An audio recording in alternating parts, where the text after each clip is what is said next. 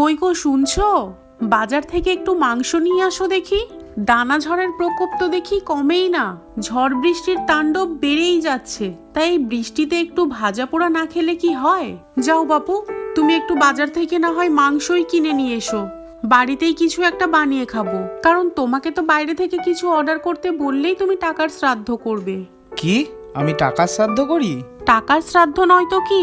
40 টাকায় যেটা বাড়িতে তৈরি হবে, 340 টাকায় সেটা বাইরে থেকে কিনে নিয়ে এলে। আলু দিয়ে তৈরি ওই গোল গোল নুডলগুলো আমিই তো কত সুন্দর বাড়িতে বানালাম। তা তুমিই বলো, খেতে কি রেস্টুরেন্টের থেকে কোনো অংশে কম হয়েছিল? তোমার হাতের কোনো কিছু কি খারাপ হয়? থাক থাক, অত প্রশংসা করতে হবে না।